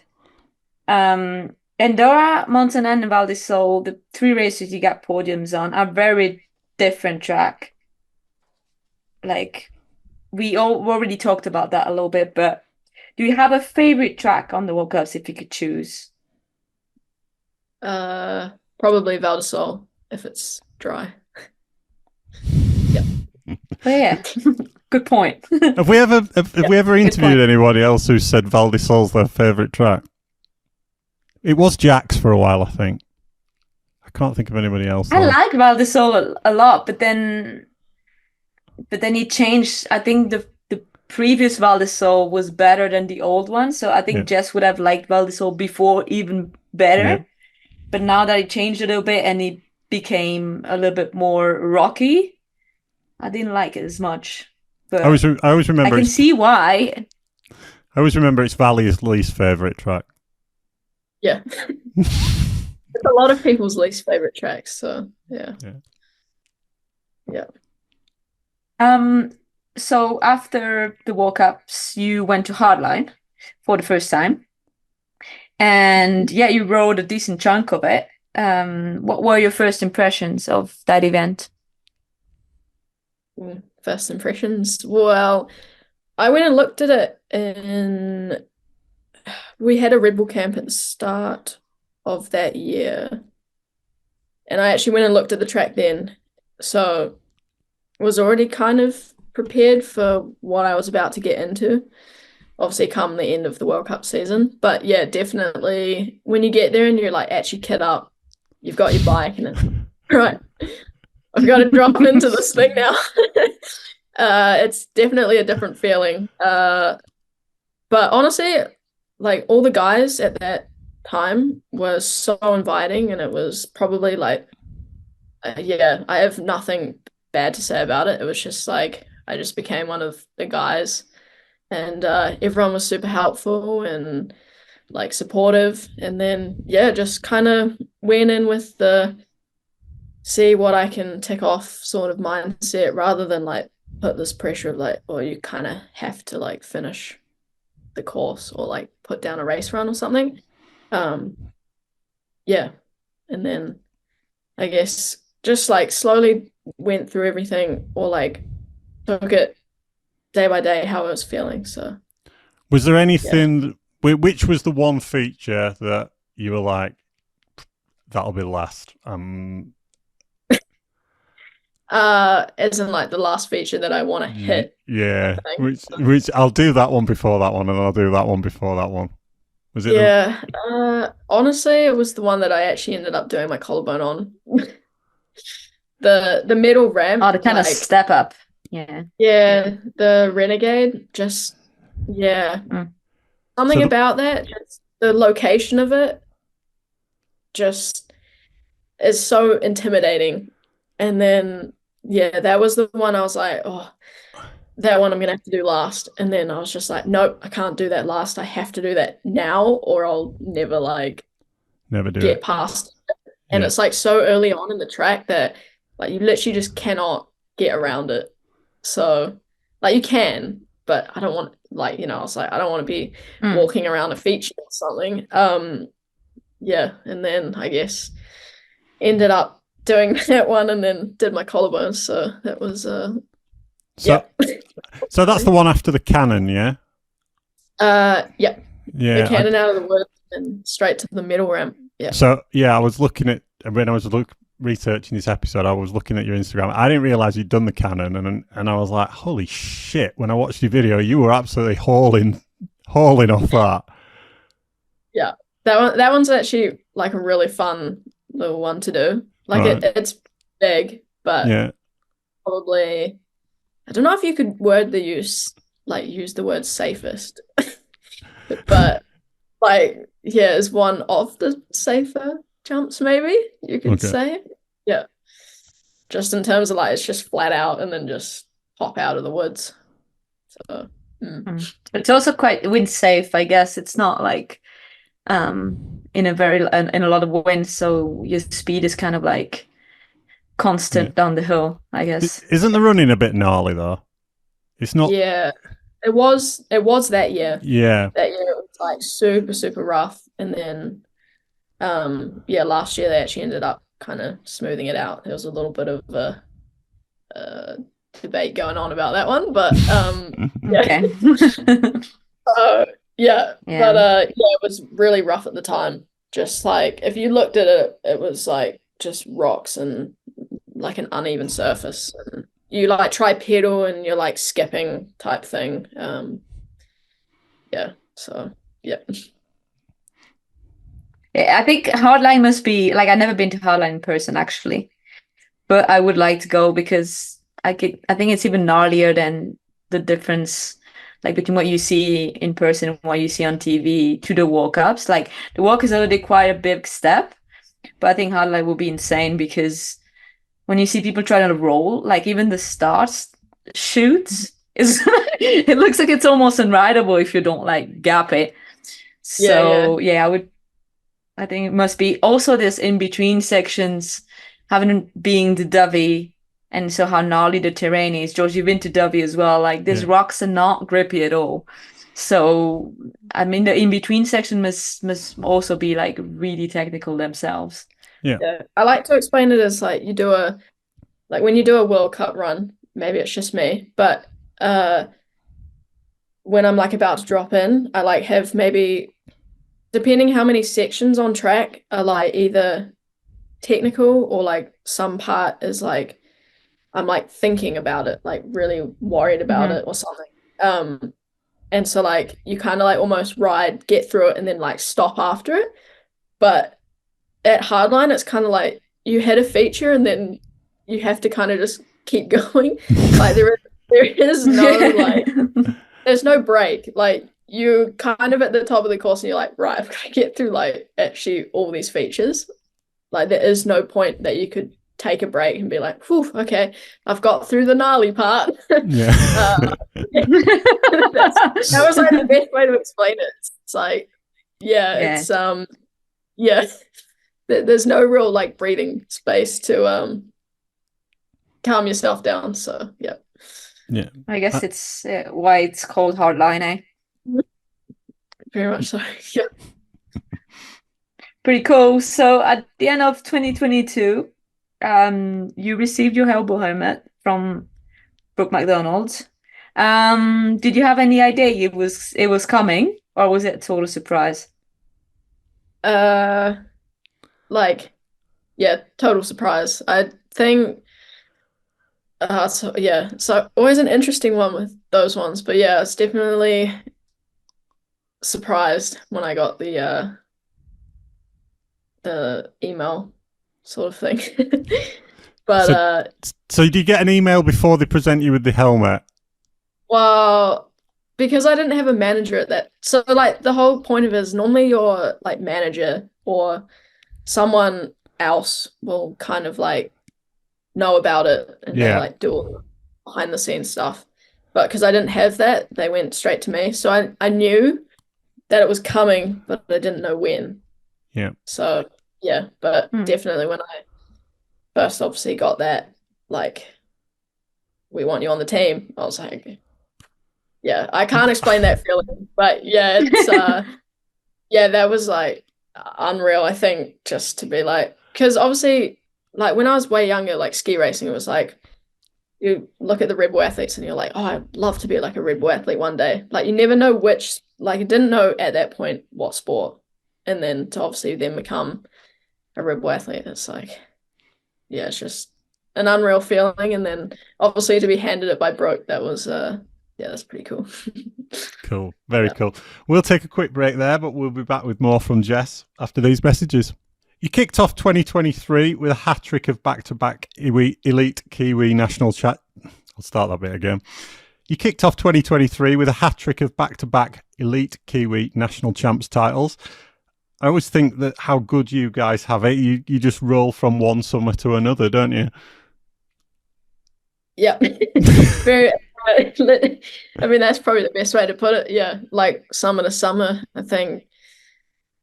Yeah, there is no way. There's like almost no break. It's just, well, unless you're injured. So I guess I've had a break, but yeah, forever. It's just finish your World Cup season and straight to the off season here of riding. So it's the dream. P1 at Crankworks Rotorua, 4th at Whip Off, 8th in the dual slalom. You've got the skills to do everything. If you had to pick, would you choose the multidiscipline events like Crankworks or World Cup racing? Which would you? World Cup racing all the way. Yeah. Yeah. Is it just that one run? I think it's like, it's just everything about it. Just the buzz, and yeah, I just want to do one run, and it's like put down your best run. Yeah. Hopefully do well. Yeah. Cool. On to the World Cups. Round 1, you crashed in quali and DNS'd in finals. Round 2 in Leogang, you got 9th. Then your best World Cup result so far with a 3rd place in Val di Sole. How important is it as an athlete to improve every season? I think it's everything. Like, after obviously then having done 2 seasons where I got some top 10s, podium, but obviously in that off season you're definitely going, what can I work on for myself? Maybe my how I approach a race week, or like what's something that I can change that's going to help me for next season. Like you always want to do better going into the next year. And so I think even for me, with all the injuries that I had in that time, I came out better every time. So and I think at that point you'd be like, well, like that could set you back, or you may not come back how you'd like after that. But yeah, it's definitely, like, I think, improving for the next season is definitely what you want to be doing. So So 2023 was going good, then you fucked it at hardline, basically. We've all seen. George, that's tough. That's okay. Do you want me to rephrase that? That's quite. Yeah, you're kind of spot on right there. So. Well, we've all seen the clip. Well, I think we all have. You were following Bernard and you landed heavy and busted your ankle, which wrote off the rest of the season. Tell us a bit about the injury and how the recovery went. In fact, tell us about the crash, first of all. Did you know instantly? Well, I didn't even crash. She didn't crash. No. Yeah, I just remember you rolling in the bushes when you rolled down and you were just going, my ankle, guys, and everyone was clapping because you'd done the feature. And Bernie was like, ha, ha, ha. And I was like, dude. Oh, my God. Well, the crazy thing is that exact feature, the year that I did it in 22, I actually towed myself into it. I didn't follow a single person. Like, first hit, I hit that by myself and I did it perfect. And then, coming into this year, that was one of the features I was like, oh, I've hit it before. I know what it feels like. I know the impact's like quite heavy. And then it almost looked like, I could be wrong here, but I think they actually had lipped up the takeoff a little bit. So when we first watched a few people, like everyone was landing like quite heavy. So I knew it was going to be a heavy landing, and then like literally did nothing wrong, just landed and foot I wouldn't say exploded, but foot broke. Yeah. Yeah, and then I think at that point when I landed, and then I didn't make a single noise, but in my head I was like, ooh, something's like gone. So I thought I'd done ligaments because I didn't get that like sharp pain you'd get from like a bone break. And then obviously I hit that corner, like I was trying to slow down to hit that corner because I knew as soon as I hit it, it's well, we're over. And then yeah, obviously that yeah, the pain. I was like, okay, I think I've broken my foot. So yeah, and then I couldn't unclip, and yeah, the boys were like clapping because I'd done it, and then I can't remember what Burner was doing, but yeah, I was like, I think I've like fucked my foot. And then yeah, I think everyone then realized that actually I'm not okay, even though I didn't crash. So yeah, just it was kind of one of those unfortunate ones where I was definitely really angry and upset about it because yeah, I mean you'd rather crash and know that you've done something to create that rather than like you do something perfect and then just the sheer the sheer impact of it is literally all that did it. So tell us a bit about the recovery. It's taken a while. Yeah, recovery. Well, compared to like every other bone that I've broken, this one's probably actually been the hardest. I think yeah, the foots are not quite as straightforward as I thought they were. And yeah, like I after Hardline went and saw like one of the best surgeons for like feet and like ankles down in London, and yeah, he ended up saying like I'm not going to need surgery. So in a way I was kind of like good because I didn't want to have another surgery. I've had too many of them in the last X amount of time. Yeah, and then pretty much like straight into physio and all that sort of thing as soon as we hit like the time that you're allowed to start doing things. And I remember walking into like physio here at home and yeah, just sitting waiting, and then he goes, oh, like, yeah, take the moon boot off, take your shoes off, and just like hold my arm, we're just gonna walk. And that was it, just like straight into it. That was like obviously I can't remember exactly how many weeks after, but it was like that was the time. It was like I've been waiting for him to tell me that I can start walking again without the moon boot and etc. stuff. So yeah, it was it's always exciting when that happens because you're like finally something is happening, like we're on the right track. Yeah, so yeah, but it's been a really long process. Like even to the day now, it's not completely pain-free. Like every now and again it gets stiff or something, and I'm sure anyone else with a foot problem could say the same thing. I speak to a lot of people with feet issues and they all say the same thing, that it just goes on and on. So yeah, you kind of just have to like manage it pretty well, and I'm luckily close with my physio, so we definitely do a lot of time making sure that it's good. And yeah, there was a long kind of mobility process with it. So And how did you find it watching from the sidelines? I actually didn't watch any of it. I could not watch it. Yeah, I was in a pretty bad place actually. It was like I was like, what have I done?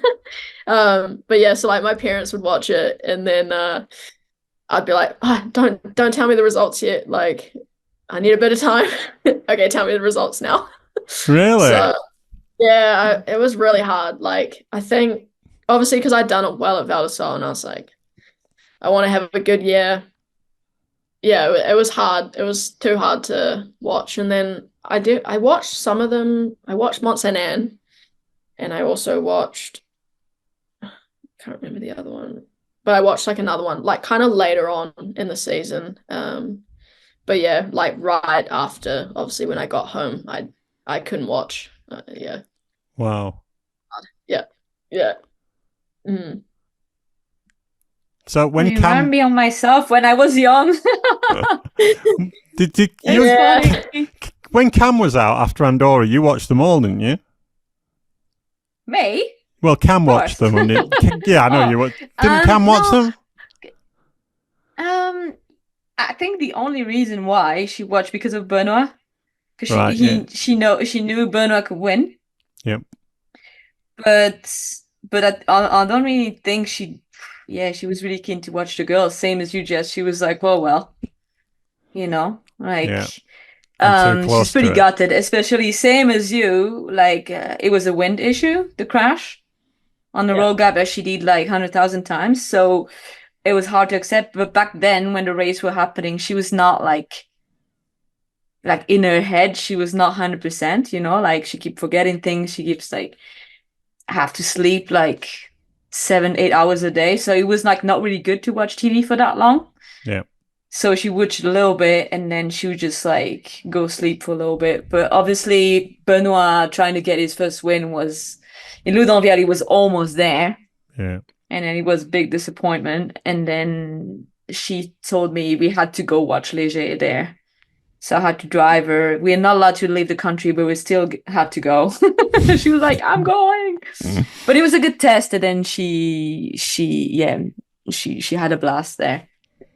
But yeah, definitely I can see where you come from. I'm totally different now, but like as a competitor, you like it hurts. Yeah, I think it was like more after all the injuries. I was like, yeah, just fully kicking myself, like another one, and it's taken me out. And I think, yeah, and then obviously Worlds was like right after that, so it was like, yeah, it was hard. But I didn't even watch the men's. Like I didn't watch men's or women's. It was just couldn't watch any racing. I think I went off like social media for like a little bit because obviously it still comes through posting. So yeah, and then yeah, there was like a little bit of a spark of hope that maybe I could go to Mont Saint Anne to race, and then in the end we just decided that that was not a smart idea.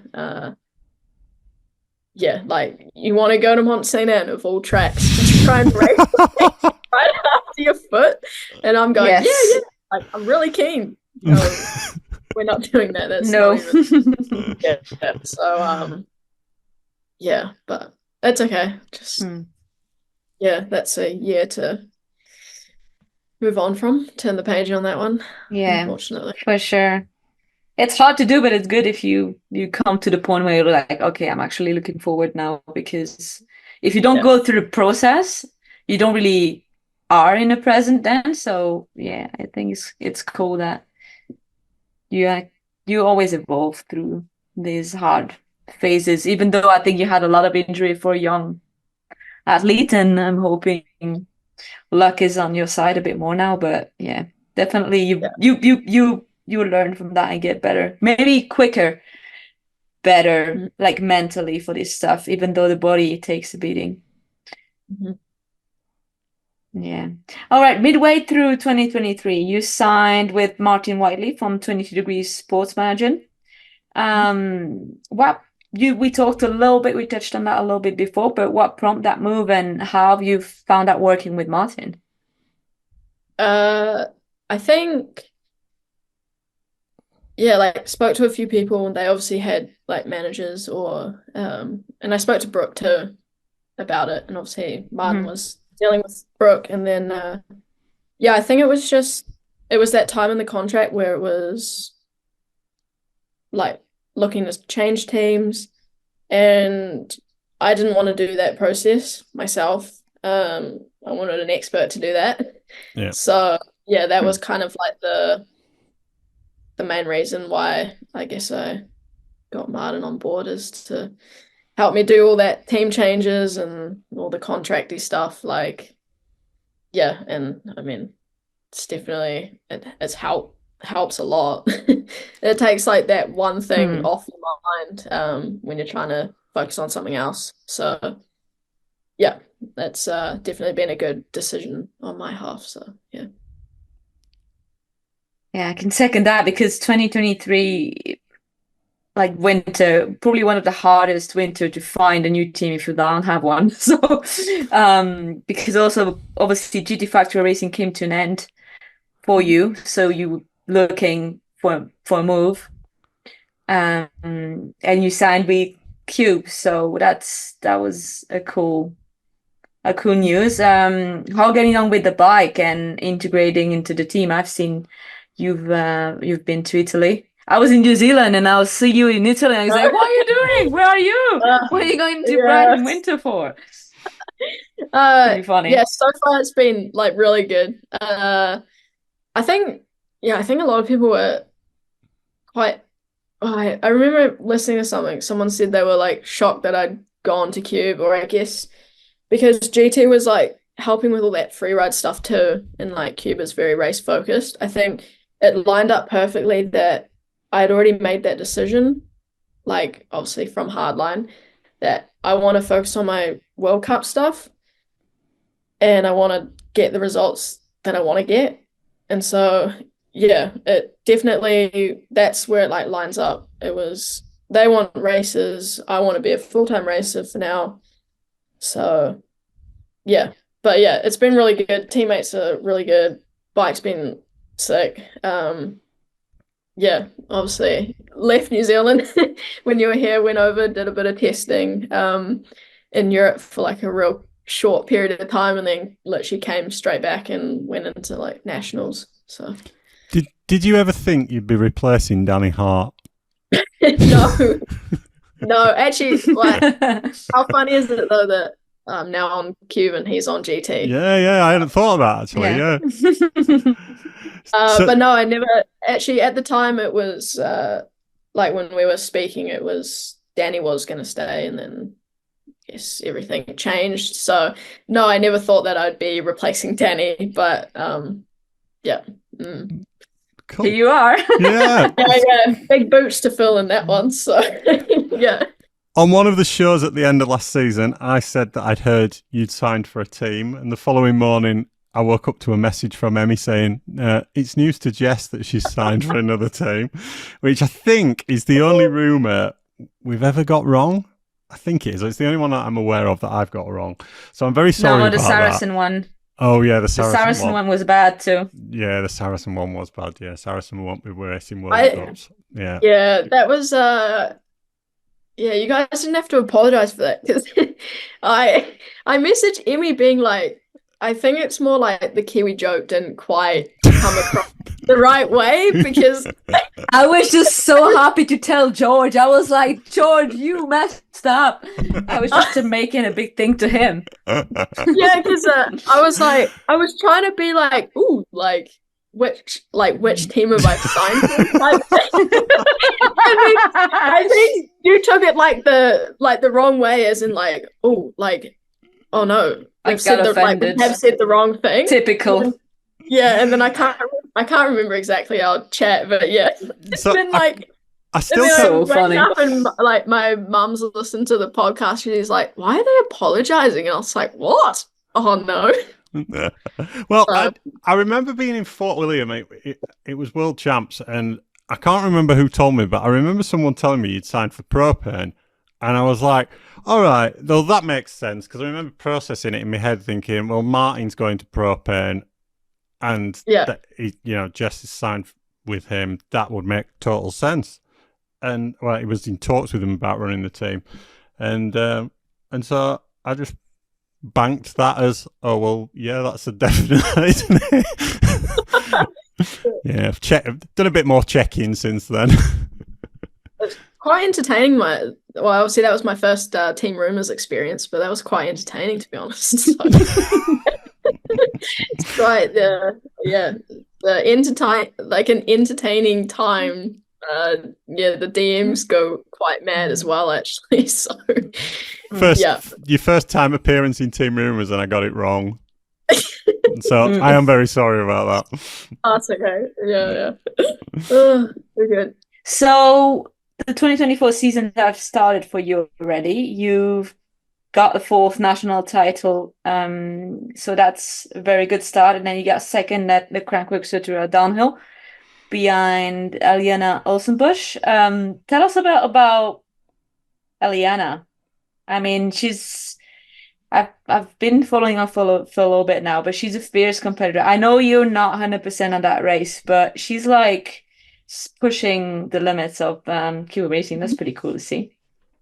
Yeah, I mean, yeah, I'd kind of been waiting for her to hit junior because obviously we have such a strong junior field already in the girls and the guys. But yeah, just based on like worlds for the girls. And then yeah, I knew of Ellie already when she was under 17. And then she used to like actually beat the times of like Sasha and Eris, and like it was always a constant battle among those girls. And so yeah, it was kind of like waiting for the moment for her to like hit junior, and then yeah, the real competition happened. So yeah, I mean, honestly, I'm very excited for this year to mainly actually just watch those girls, because I'm sure it's going to be quite an interesting, like stacked, I hope, 1, 2, 3, like Kiwi girls again.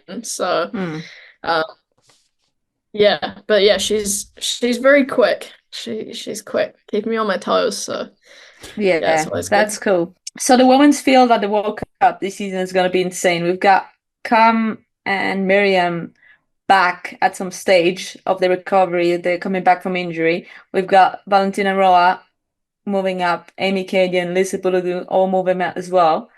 And they finished very well in the junior last year. The competition is getting fiercer, but I imagine for you, your goals like are staying the same. Yeah, goals are still the same, I think.